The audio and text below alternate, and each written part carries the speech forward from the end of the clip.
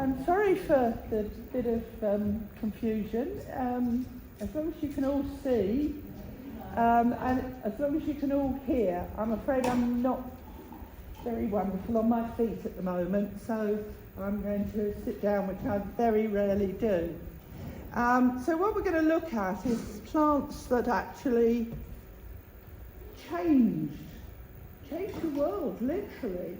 Certainly changed our lives and changed our faces.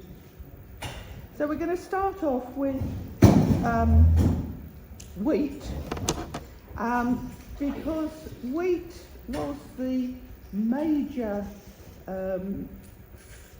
food that became the food in any temperate climate such as ours. It was also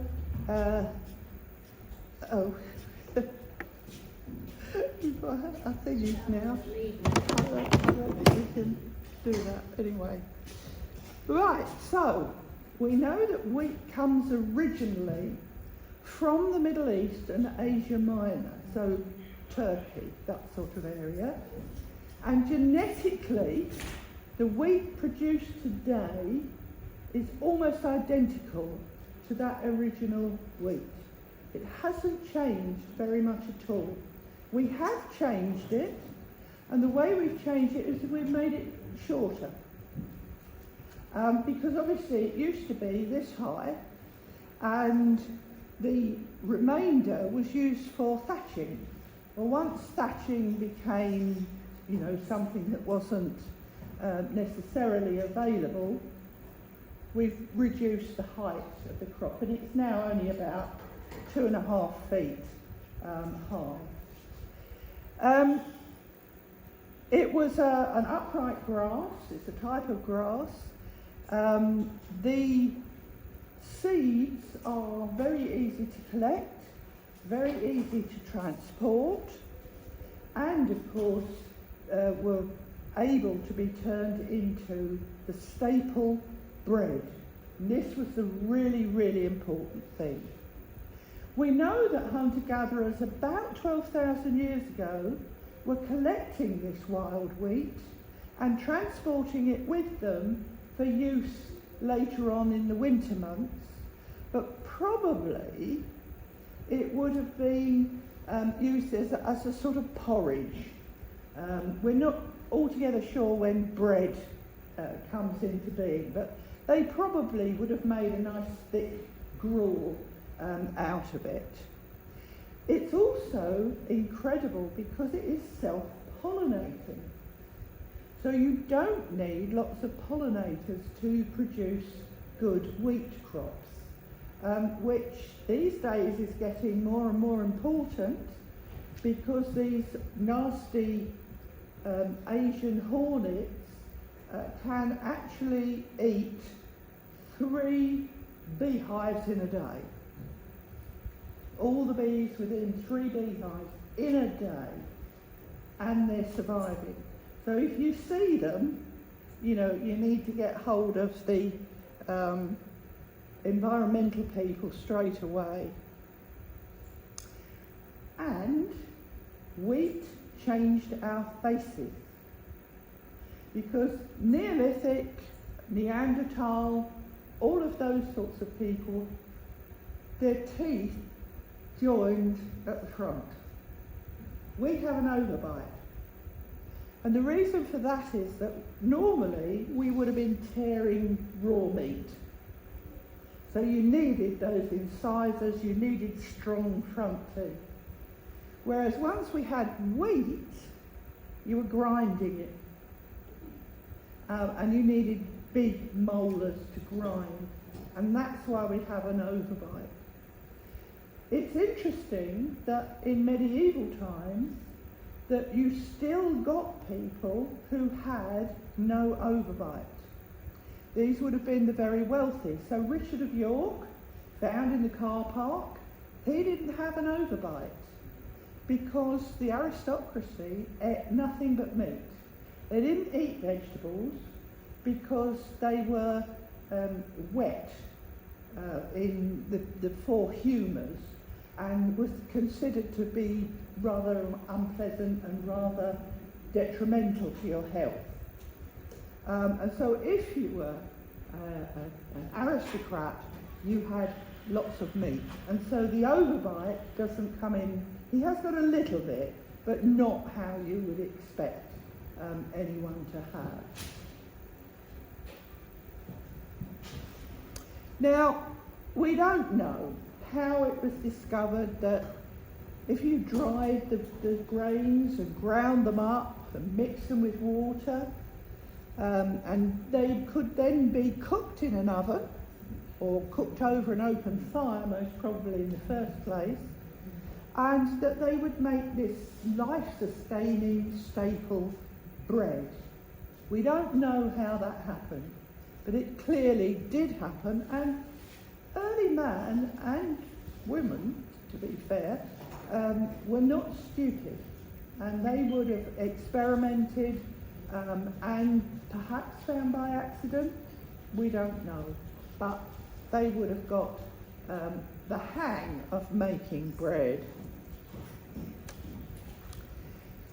We know that in ancient Egypt there are 5,000-year-old loaves that have been found in Egyptian tombs, and wheat was almost certainly the first crop that would have been brought into cultivation.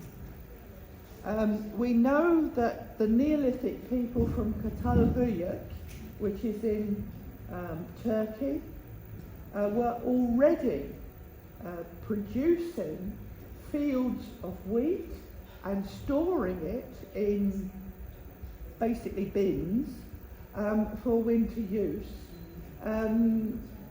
About 7,500 years BC. So it was a very early process. We have various references to bread, but also, of course, when you think about it, how did they work out that if you shoved it into water and left it, you could brew up ale? And that was a further thing that was very important to early man. And we know we have a tablet from about 3000 BC from Mesopotamia, and it lists various basic ingredients for the production of different types of cereal products, including different types of beer. And the Mesopotamians, the Sumerians, were the first people who got drunk on a Friday night. And from this time, they had a lot of sayings, a lot of proverbs, and they're usually very funny. And one of them is, since my wife is at the outdoor shrine and my mother down at the river, I shall die of hunger. And how many men does that? Now, because bread was so important, we've all heard of the Romans and their bread and circuses, they realised that if you've got a starving population, it can very easily lead to revolt. The same thing happened in medieval times, when there were very, very important bread laws were introduced. And bakers who were found guilty of selling underweight loaves could be put in the pillory, and in times of famine, the government would insist on a set price for bread, whether that was eating into the baker's profits or not. There was always going to be plenty of bread for the ordinary people. If you had a baker who was caught selling a short loaf, he would be tied onto a sled, the loaf would be round his neck, and he'd be pulled through the streets by a donkey. And nice and slowly, so that everybody could throw plenty of donkey dung and everything else that they could pick up at this baker. And of course that's why you have a baker's dozen, because you had a dozen loaves which would be weighed, and then they put an extra one in just to make sure that the weight would come out right. Bit of a cheat, but nevertheless that's why we have what's known as a baker's dozen. Of course, one of the most important things that happened with to do with bread was the Fire of London in 1666, and it's almost certain that it originated in the King's baker's shop. Flour is actually, it can spontaneously ignite, and this seems to have been what happened. That although he banked his fire down at night, a spark perhaps ignited the flour that was in the atmosphere, and the consequence, of course, was the Great Fire. Now, within 5 days, an area of 1.5 acres inside the city, 1.5 miles by half a mile, so very, very substantial, lay in ashes. There were quite a lot of damage within the city, but also outside the city. Like is happening today with these wildfires, the wind was very strong and picked up the spark and took it wherever. So we know that there were 87 churches and 13,200 houses destroyed.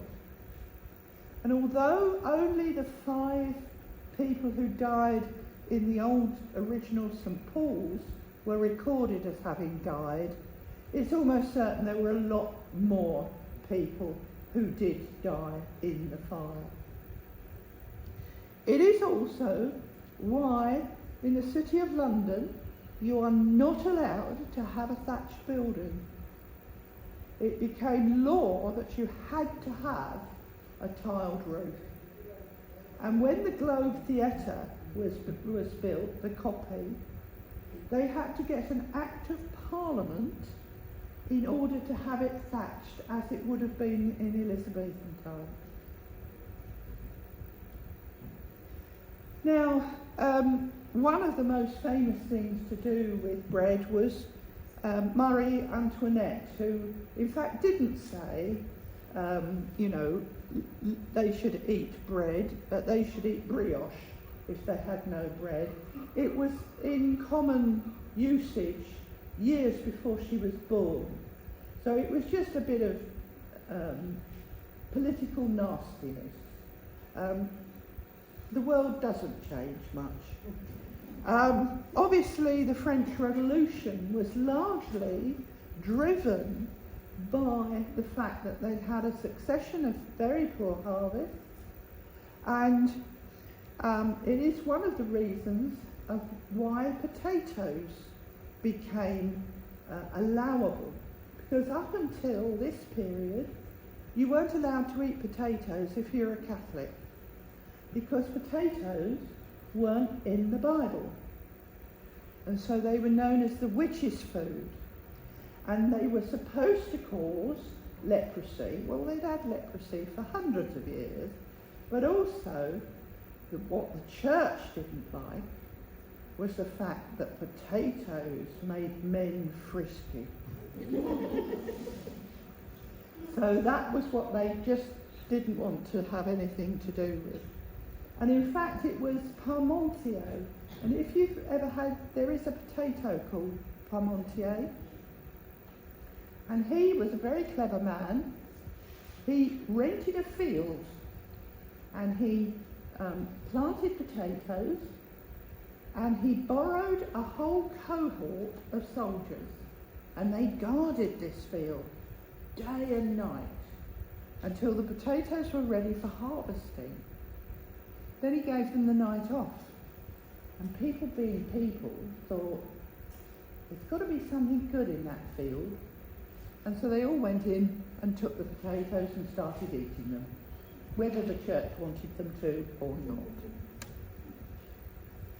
Now, farming improved, in fact, before the Industrial Revolution. It was the forerunner of the Industrial Revolution. For the first time, they were able to produce specialised implements. Before that, all they had was spades. After that beginning, they began to have rotating, planting equipment. Jethro Tull, not the one from Sheffield, but they had seed hoppers, which then had a gadget behind which covered it over, which meant the birds didn't eat it. Because there's that saying, isn't there? You plant one for the farmer, one for something, one for the crow. Because birds used to take an awful lot of the crop when you just scattered it. Now they had machines which would help to promote more production. And what that meant, of course, was that many people who had worked the land no longer had a job. And they were the ones who actually became the factory workers. Now, if you were a farm labourer, you had to get permission to marry. And most farmers would not allow, particularly the women workers, to get married until they were 30. Because they felt that, they needed to get as much work out of them as possible. And once they had babies, that wasn't going to be as easy. So what they did when you went into the factories is people could now get married at whatever age, in fact. 12 was the legal limit. So people working in factories got married earlier, population skyrocketed, which suited everybody because they needed lots of people to work in the factories.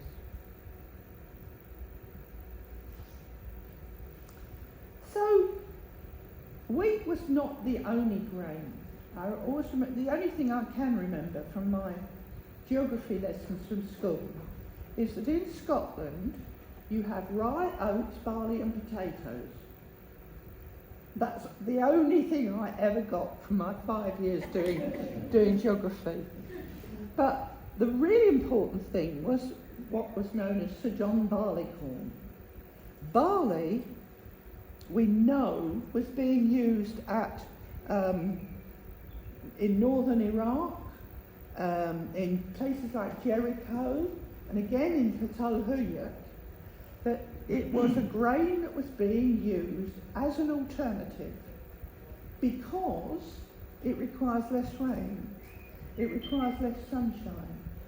It's a much hardier grain, and that's why it tended to be grown in Scotland, where you have a lot less light. I mean, I lived in Scotland for 7 years, and I can tell you, first week of August, the light was going.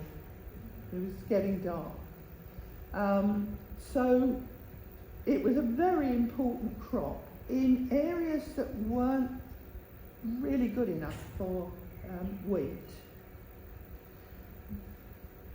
Robert Burns, of course, wrote about it. He said, "Bit whiskey gill or penny wheat, or any stronger potion, it never fails or drinking deep to kittle up our notion."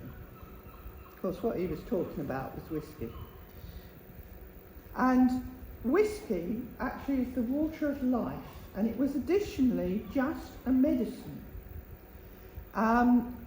We know that it was brewed about in the 1400s, and then the Islamic idea of distillation came in. And at that point, then, their sort of fairly weak whiskey could become the whiskey it is today. When I was living in in Aberdeen, we had some Japanese people who came over, and they wanted to make good Scotch because the Japanese are crazy about Scotch. And they analysed it down to the last little bit, and it was missing 0.004% that they couldn't identify. And their whiskey was terrible. And the only thing we could think of was that it was the water of the Tay, that it had something in the water that just worked its magic. But they could not make it artificially. Alcohol derives from the Arabic khol, which is the black eye makeup. Wasn't originally, alcohol didn't mean that, but that's how it came into Europe. So presumably it was the morning after look that you were going for. The original derivation is again Sumerian, from 3,500 BC, something like that. Obviously, closer to in time to us, in the early 1900s, the Prohibition movement gained momentum in America. It was a fairly wide combination of fundamentalist churches. It was a women's lobby, and the medical profession all began campaigning to put an end to beer and whiskey and so on. They alleged that whiskey corrupted the youth, was much better used to feed the poor, and what was the absolute final line, the thing that pushed it over the line into law, was that most of the beer was being brewed by German immigrants, and they were no better than they ought to be. And that was why Prohibition came into effect. They forced Congress to ban alcohol in 1920, and of course what that led to was very serious and disastrous effects for law and order, because most people didn't agree with it, and so did everything to circumvent what they saw as being a really stupid law. Now, rice. Rice is the most widely consumed staple food for the entire world. It's especially in Asia, but it not necessarily, strictly speaking, just Asia. It's very important in the scheme of things for human nutrition, and it provides more than 1/5 of the calories consumed worldwide by humans. It's you've got wild rice, which still grows in places like Assam and Nepal.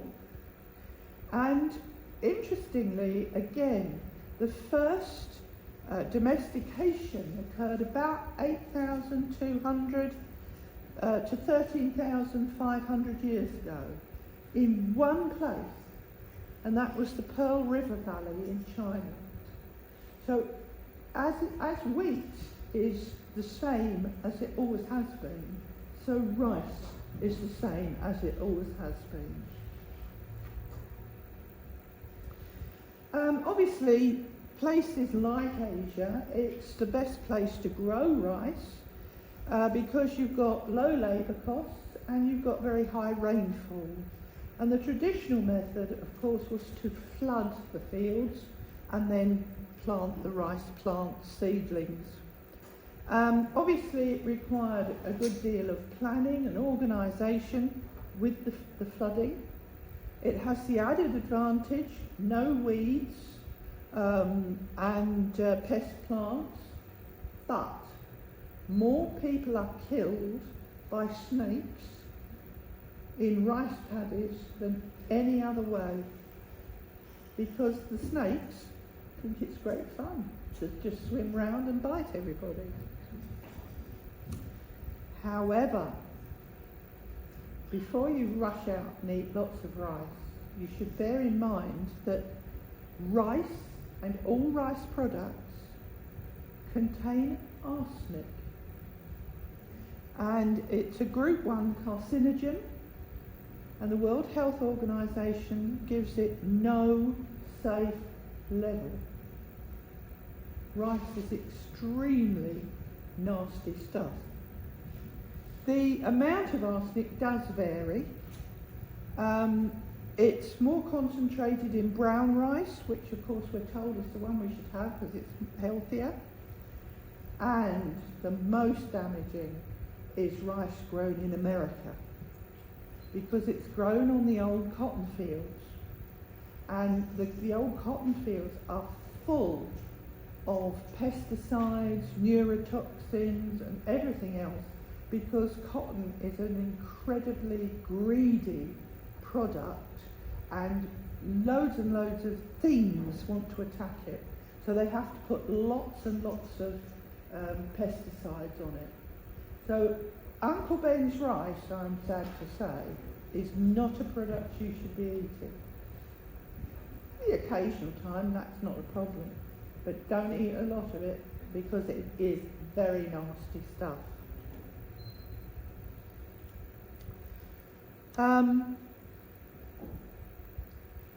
Pineapples.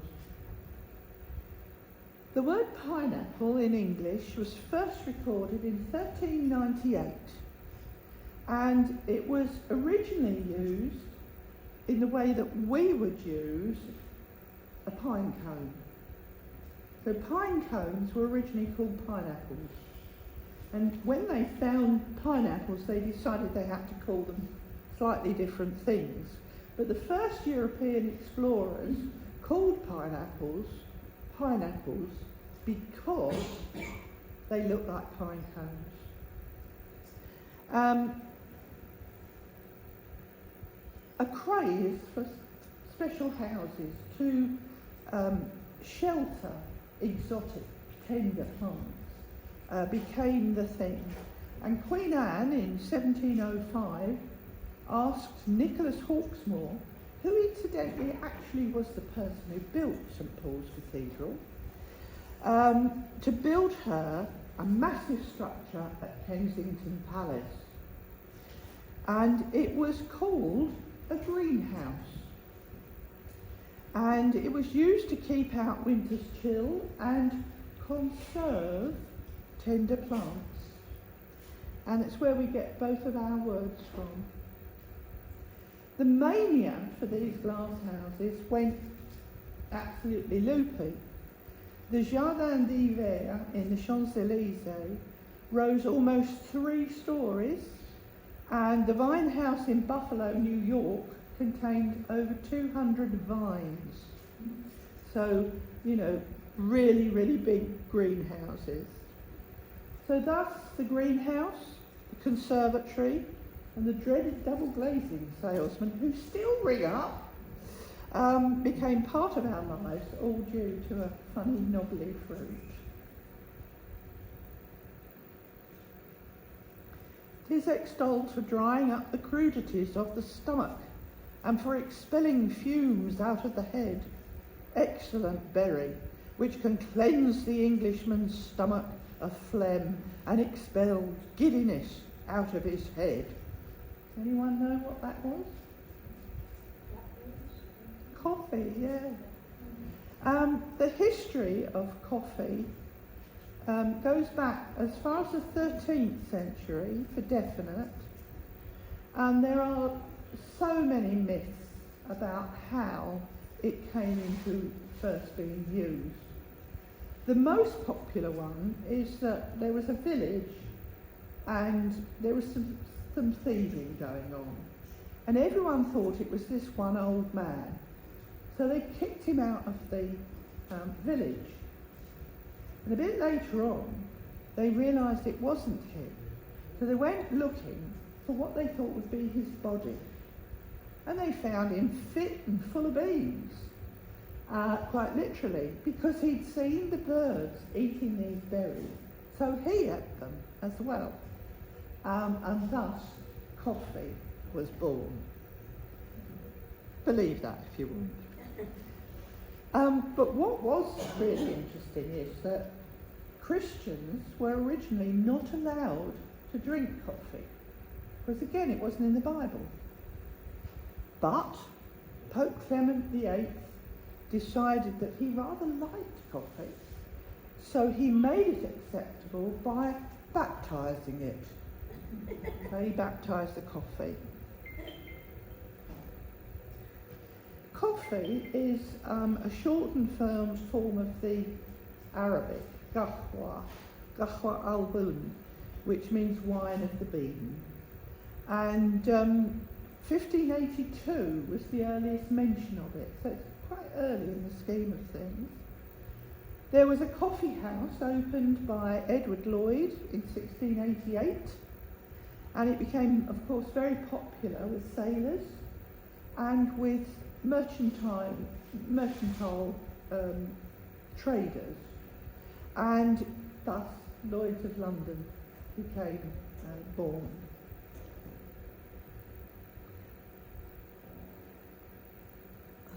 Coffee was not universally welcomed.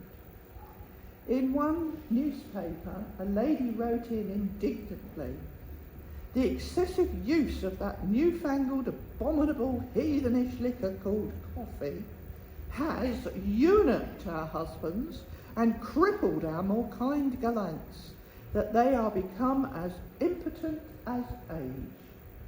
So all the men were up in the coffee houses having a good time, and leaving the little woman at home. Like I said, nothing much changes in history. But then you also have tea. Now, according to legend, the Chinese Emperor Shen Nung, and we'll hear about him a bit more a bit later, was sitting in the shade of a tree, and about 2730 odd BC, so a long time ago, while his servant boiled drinking water, and some of the leaves from the tree blew into the boiling water. And Shen Nung was a renowned herbalist, and he saw that it sort of changed colour, and he decided to try this infusion that his servant had accidentally created, and thus tea was born. Notice he was sitting under a tree. Tea tree oil. It is actually the same as tea, but what we've done is reduced it down to a bush. So tea tree oil still comes from the big trees, but our tea that we drink comes from the smaller bushes. It was in fact the Dutch who were the first to ship back tea as a commercial import.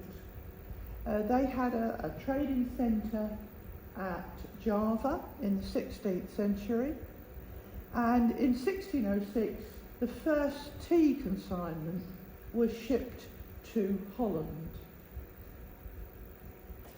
The first reference that we can pin down as dated in this country was a newspaper advert in 1658. It announced, "China drink, called by the Chinese cha, by other nations tay alias tea, was on sale at a coffee house in Sweeting's Rents in the city."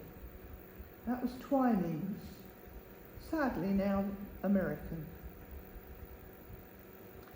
But it was actually Catherine of Braganza, the much sort of maligned wife of Charles II, who introduced tea to this country. She was quite a tea addict, but tea at that time was a medicine, a cure-all. And so it was introduced to this country as a medicine, as a cure-all. And we are still the only country in the world. First thing that we do in triumph, disaster, celebration, sadness, anything, is we put the kettle on. And it's from that way that it was introduced to us in the first place, that it was this magical cure-all. The first tax on tea in the leaf was introduced in 1689, and it was 125%. So it almost stopped sales. And in fact, more tea was being brought in by smugglers than was actually being sold genuinely. It was reduced to 105% in 1692. And I don't know whether any of you can remember, tea duty was not removed until 1964 in this country. There was still duty on tea right up until that point. The so-called Boston Tea Party usually omits to state the real reasons behind the tax increase that was levied by the authorities. The British had fought 2 wars to protect the American colony, and it was an expensive undertaking. You had to send all the men and all the equipment out all that way. You had to supply them and so on. And so the government quite sort of naively thought that the colonists would be terribly grateful and would be willing to pay a bit of extra tax in order to repay the exchequer. It didn't work out that way. And few, if any, were dressed as Red Indians. That is a pure myth. In 1851, virtually all tea came from China, and the annual consumption per head was less than £2. But then a very crafty chap went to China, and he managed to smuggle out some of the cuttings from the bushes and planted them in India. And at that point, Indian Ceylon, of course, or was Ceylon, at that point, tea becomes much more accessible. In 1901, with the cheaper imports from India and Ceylon, this had rocketed to over £6 per head. That includes all the children as well, so that the entire population. So in fact, it was a lot higher per adult. It was one of the reasons that the Industrial Revolution was so quick to take off and was so effective in this country. Because the English in particular did not drink water. They drank beer and they drank tea, both of which require water to be boiled. One city in Germany was on one side of the river. Further up, another city had cholera. They used the water to dispose of their waste, so the city downstream lost 3,000 people in one cholera outbreak. And yes, we had cholera outbreaks here, but the maximum I've ever been able to find getting killed or die would be 400. So the cholera outbreaks we had were a lot less serious than they were in Europe. Europe could not get a population big enough and stable enough to run their factories. So tea has been pretty good for us one way or another.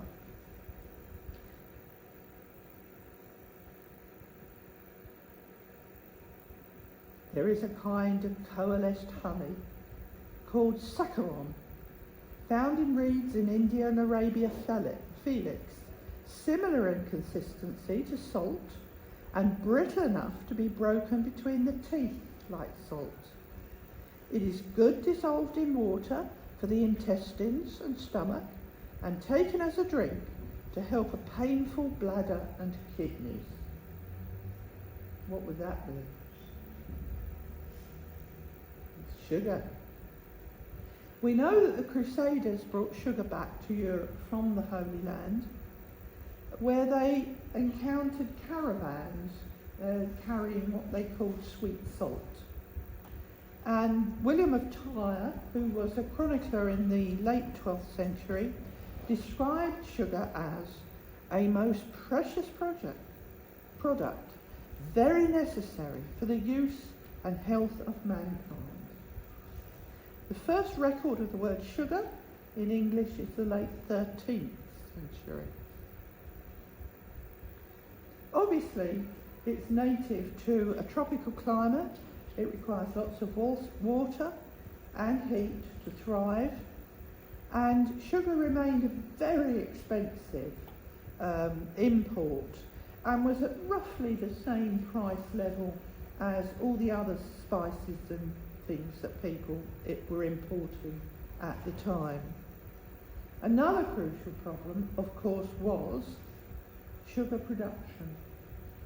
It's very, very labour intensive.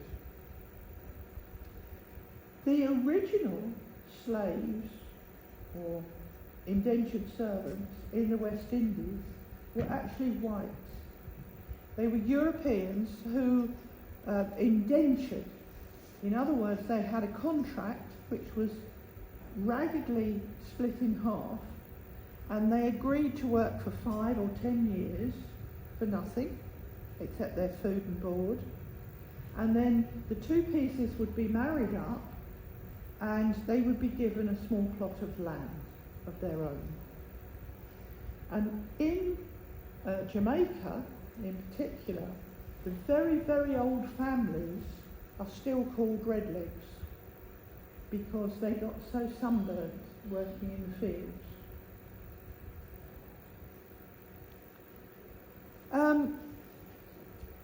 The original processing centre was Cyprus, and again it was all run by white slaves. But then, of course, you ended up with the idea, because they were getting their white slaves from the African slave trading centres, and a lot of Africans were being traded, as they still are, as we shall see. And they thought, oh, well, this is a good idea, because the white ones don't last long. You know, they very quickly die off in that heat, whereas the black ones are used to the heat and therefore would be a better prospect. Hence, the slave trade. At first, most sugar in Britain went into tea, but then chocolate becomes very popular. Average consumption of sugar rose from £4 per head. I mean, that's quite a lot anyway. In 1700, £18 in 1800, £36 in 1850, and over £100 today. £100 of sugar is what we eat every year. And I don't know if you've ever been in the dentist where they show that like a little pile of sugar beside a can of Coke. It really is quite scary what sugar is in. So chocolate. Well, the cacao tree is really weird because it doesn't grow its fruit on branches like we would expect. It grows directly into the trunk and the big branches. It flowers all down the trunk, and then the flowers form these great big, well, I suppose they're about the size of a rugby ball, these sort of fruits. Inside you find 30 to 40 brown, almost like almond-shaped beans, and they're surrounded by a sweet, sticky pulp. And that probably was the first thing that people ate, was the sticky pulp. It was believed to have aphrodisiac powers, but also to give the drinker strength. And so the Aztec soldiers, it was part of their rations. And what they did was that, because they're very, very bitter, quite nasty. So what they would do is take them and they would whisk them up with spices, with wine, corn puree to sweeten it, and make this sort of horrible frothy mess, which they then drank. The origins of the word chocolate probably come from chocolatl, which means bitter water, because it was very bitter, and came into Europe generally, and to here in particular, through the Spanish. Columbus discovered the beans after seizing a canoe which was full of trade goods, and he couldn't work out what these funny beans were, so he let them take them away. But it was Cortez who suddenly thought, no, hang on a minute, these could be really important. And so he took beans to the Spanish court, where they added sugar, vanilla and spices and made a really nice drink, which they thoroughly enjoyed. Didn't tell anyone the secret of them. For 100 years they kept chocolate secret. There was another religious hurdle to be overcome. In 1591 there was a big controversy about whether drinking chocolate broke the Lenten fast. Now the Jesuits were trading in chocolate, and so they were economically, very keen to keep people drinking as much chocolate as possible. And they maintained it didn't break the fast. But the Dominicans, who of course weren't making any money out of this, took an opposing view. And eventually what they did is they had to take the matter to the Pope, because it was causing a lot of really nasty stuff.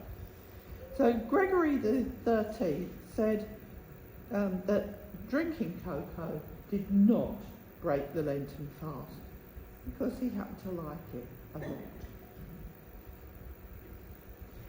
Chocolate soon established itself throughout Europe once this Spanish secret got out, and the new craze did bring with it, of course, a thriving slave market. Between the 17th and the 19th century, manual processing was incredibly laborious and slow. The craze reached London around about 1652, and the public advertiser announced in Bishopsgate Street, in Queen's Head Alley, at a Frenchman's house, is an excellent West India drink called chocolate, where you may have it ready at any time and also unmade at reasonable rates. So you could have a takeaway. In 1847, Joseph Fry learned to make chocolate mouldable by adding back melted cocoa butter. Milk has sometimes been used as an addition to chocolate since the mid-17th century. But in 1875, Daniel Peter invented milk chocolate by mixing in powdered milk developed by Nestle. And Cadbury was manufacturing box chocolates in England in 1868. But those of us who love chocolate, you need to be careful, because approximately 2/3 of the world's cocoa is produced in West Africa, almost half from the Côte d'Ivoire. When cocoa prices drop, about 90% of farms use slave labour to cut costs. traffickers promise paid work, housing and education to children who are then forced into labour and abused. Some are held forcibly and work up to 100 hours per week, with attempted escapees beaten and often killed. A BBC article claimed 15,000 children from Mali, some under 11, were slaves in cocoa production, and Mali's Save the Children Fund director described young children carrying sacks so heavy they have wounds all over their shoulders.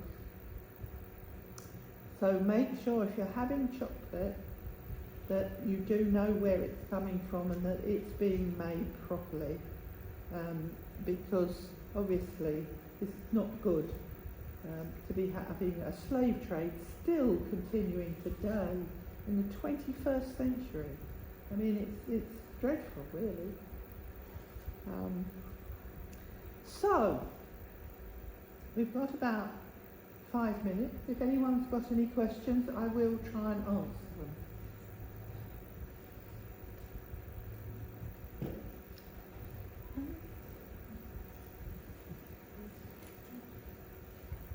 I can tell you all about cannabis, if you like. And I wish you could see this picture. It's actually a post-mortem photograph of Abraham Lincoln. And this was very trendy in the 19th century, that you got your relatives who died and you stuck them on a stand and you had a photograph taken. And I had one of my great-grandmother. And he says two of his favourite things are sitting on my front porch, smoking a pipe of sweet hemp and playing my harmonica. It gives a whole new meaning to Abraham Lincoln, I always think. Hemp was actually commonly used for the high-growing variety. The cannabis plants are 3 foot high and they're well spaced, so they get lots of light, and therefore the cannabinoids are concentrated. Hemp for ropes grows 30, 40 foot high, and they grow them really close together, so they're desperately trying to reach the light, and that's what pulls them out. It grows fast without any fertilisers, unlike cotton. It reaches full height in 3 months in a warm climate, and the crop of fibres is 4 times stronger than cotton. It's more sound environmentally. It doesn't require pesticide control. Paper, of course, made with hemp has no chemicals and no logging, of course, which is quite important today. But, of course, it's hampered by this idea that it's going to be full of wacky-backy. And in fact, quite close to here, on the edge of the river, there was a field and they were experimenting with growing hemp. And they had to keep it guarded, because even though it had no cannabis in it at all, people came in and kept knitting it because they thought they were going to get high on it. But there you go.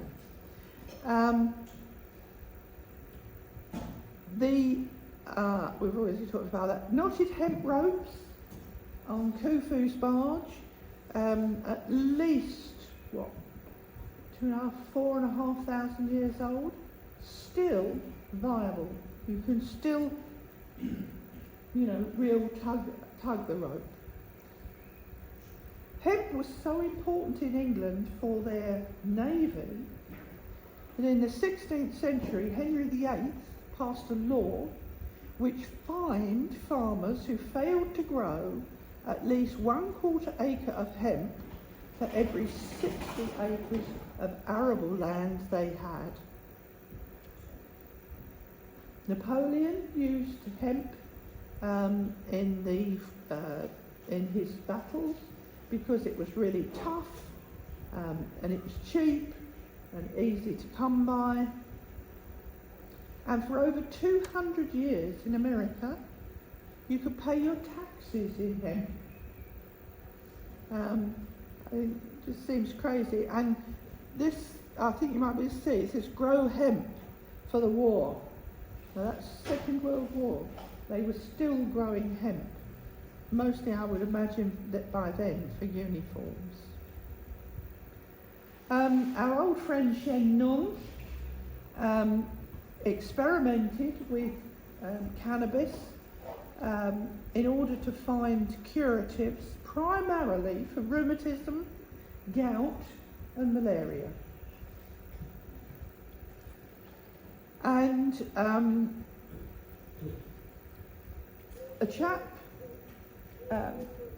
he was a British physician, and he was serving in India's Bengal province. And Bengal means Bangland. In other words, it's cannabis land. And he saw the Indian doctors treating diseases which were impossible to treat in the West, and particularly things like tetanus, which was, you know, once you got tetanus, you were dead. But he was witnessing Indian doctors being able to actually cure people who were suffering with tetanus. But I don't think you can see that. Dr. Pepe's Wonder Elixir with cannabis extract. It's what you gave your kids for a cough. Pretty reasonable to me. And I don't know whether you can see that one, but they're leaf cutter ants, and the one at the back's got the cannabis leaf, and his eyes are crossed, and he's obviously spaced out from eating the cannabis. Right, so that's just a few of the plants that have had a huge impact on our lives in this modern day and age. And particularly things like tea, which we have a unique relationship with. No one else drinks tea like we do. No one in the world. It's just something that we got hooked on it in the beginning as a medicine, and we still do use it as a cure-all. What are they going to do out there? And what are they going to offer you now? Tea. Well, I hope you enjoyed that. I'm sorry I couldn't stand that.